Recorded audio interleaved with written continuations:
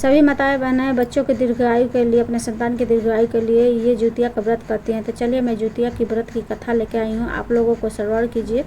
ये कथा सुनने से ही सारी इच्छाएं पूरी होती है। तो चलिए कथा मैं सुनाती हूँ। तो कथा मैं स्टार्ट कर रही हूँ। प्राचीन समय में एक महान और धर्मात्मा राजा हुए जिनका नाम ज्यूतवाहन था। वे बहुत दयालु और प्रजाजनों के हित चिंतक थे।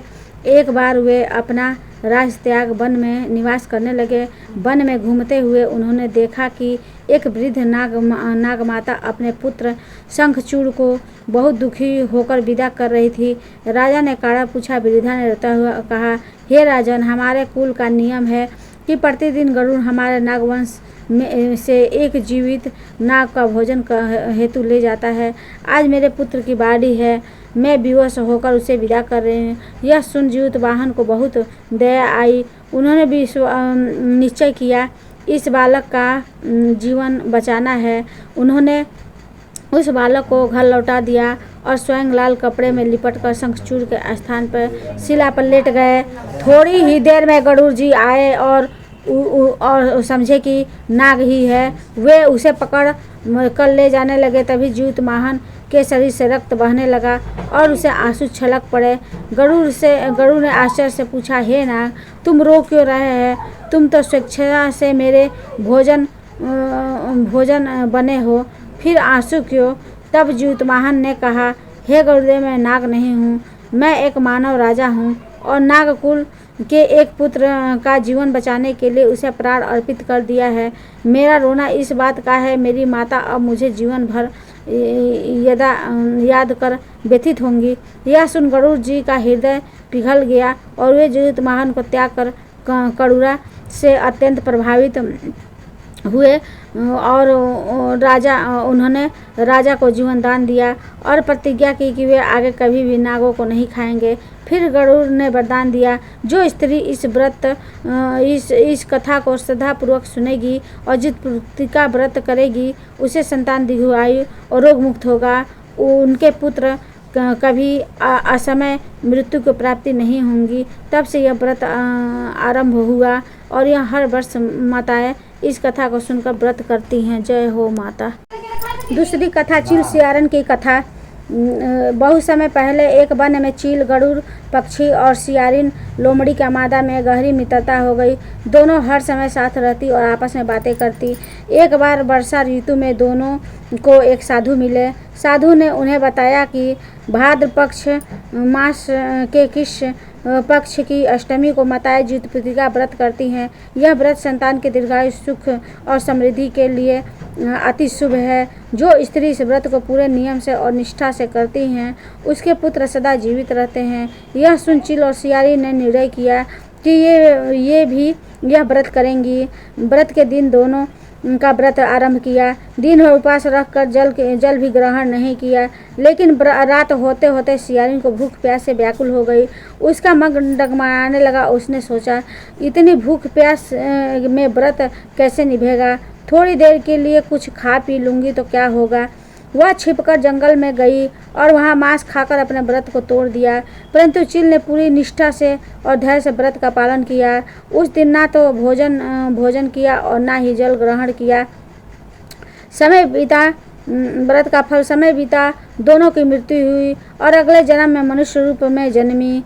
चील सियारिन, चील जिसने व्रत पूर्ण श्रद्धा से किया था, अच्छे कुल में जन्मी और उसे पुत्र हुए और उसे स्वयं सुंदर के दीर्घायु बनी। जबकि सियारिन जिसे व्रत तोड़ा था, निम्न कुल में जन्मी, उसके पुत्र बार बार जन्म लेते मर जाते। सियारिन को यह देखकर दुखी हुई और उसने अपनी भूल का पश्चाताप हुआ।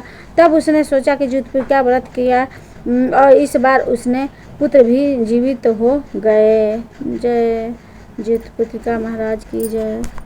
तीसरी कथा राजा ज्यूतवाहन और गरुड़ जी की कथा है। प्राचीन समय की बात है। दक्षिण देश में एक बड़े प्रतापी और धर्मात्मा राजा हुए जिनका नाम ज्यूतवाहन था। वे नागवंश में जन्मे थे, परंतु प्रिय, दयालु और प्रजा हितैषी थे। उनका हृदय करुणा से भरा हुआ था। समय बीतने पर ज्यूतवाहन ने राजपाट छोड़ दिया और संन्यास का व्रत धारण कर लिया। वे माता पिता की सेवा करने और वन में साधु संतों की संगति में रहते। वन में वृद्धा नागमाता एक दिन वे वन में भ्रमण कर रहे थे, जहां उन्होंने देखा कि एक वृद्धा नागमाता अपने घर में बाहर बैठी अत्यंत दुखी होकर रो रही थी। उसका साथ उसका पुत्र शंखचूड़ खड़ा था। राजा ने उसके पास जाकर विनम्रता से पूछा, माता, आप इतनी व्याकुल क्यों हैं? आपके नेत्रों से आंसू क्यों बह रहे हैं? तब राजा को सुनकर यह बड़ा दुखी हुए और उनका हृदय द्रवित हो उठा। वे सोचने लगे, संसार में माता पिता के लिए संतान सबसे प्रिय होता है। वह माता अपने पुत्र के मृत्यु के मुंह से जाते देख रही हैं। यदि इसकी जगह अपने प्राण दे दूं तो एक पुत्र का जीवन बच सकता है।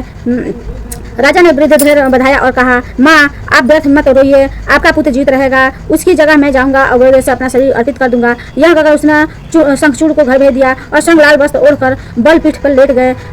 थोड़े ही देर में गरुड़ देव आकाश से उतर आए। उन्होंने जीवित वाहन को देखा और सोचा कि यह बलि के लिए प्रस्तुत नाग है। उन्होंने अपने पंजों से उन्हें पकड़ा और उड़ने लगे। गरुड़ ने जैसे ही उन्हें चोंच से काटा, जीवित वाहन के शरीर से रक्त बहने लगे और वे वेदना से करा उठे। उनके आंखों से आंसू झरने लगे। अरे आज तक मैंने जितने भी गरुड़ को यह देखकर चकित हुआ बोले, अरे आज तक मैंने जितने भी नाग खाए वे कभी आंसू नहीं बहाते थे। तुम क्यों रो रहे हो? क्या मृत्यु से भयभीत हो? जीवितवान का उत्तर राजा ने शांत स्वर में कहा, हे गरुदेव, मैं नाग नहीं हूँ, मैं मानव हूँ। नागवंशी राजा जीवितवाहन, आज इस वृद्ध नागमाता की पुत्री की बारी थी। उसकी पीड़ा देखकर मैं स्वयं उसकी जगह बलिपीठ पर लेट गया। मेरे आंसू मेरे प्राण के लिए नहीं हैं, बल्कि अपनी माता के लिए हैं। जब उन्हें यह ज्ञात होगा कि उनके पुत्र बिना अपराध मृत्यु को प्राप्त हुआ तो व्यथित होकर विलाप करेंगी। उनका दुख मुझसे सहन नहीं होगा। जीवित महान के करुण और त्याग सुनकर गरुड़ का हृदय पिघल गया और वे बड़े प्रसन्न हुए। बोले, हे महापुरुष, आपने पराई संतान की रक्षा के लिए अपने प्राण अर्पित कर दिए। यह अद्भुत त्याग है और मैं आपको जीवन दान देता हूँ। आज से मैं नागों का भोजन नहीं करूँगा। गरुड़ ने शंखचूड़ से उसके कुल को भी वरदान दिया और उसने कहा, सुरक्षित रहेंगे। गरुदेव ने आगे कहा, हे राजा, आपके इस त्याग की स्मृति में जो भी स्त्रियां भाद्र पक्ष मास के कृष्ण जन्माष्टमी को जीवित का व्रत करेगी और इसे कथा को श्रवण करेगी, उनके संतान कभी अकाल मृत्यु को प्राप्त नहीं होंगे। उसका पुत्र दीर्घायु, संतान स्वस्थ और तेजस्वी होंगे। तब से यह व्रत प्रचलित हुआ और प्रत्येक वर्ष माताएं इसे और तभी से सभी माताएं इस व्रत को विधि पूर्वक करती हैं और सभी को खुश रखती हैं, सभी संतान को खुश रखती हैं।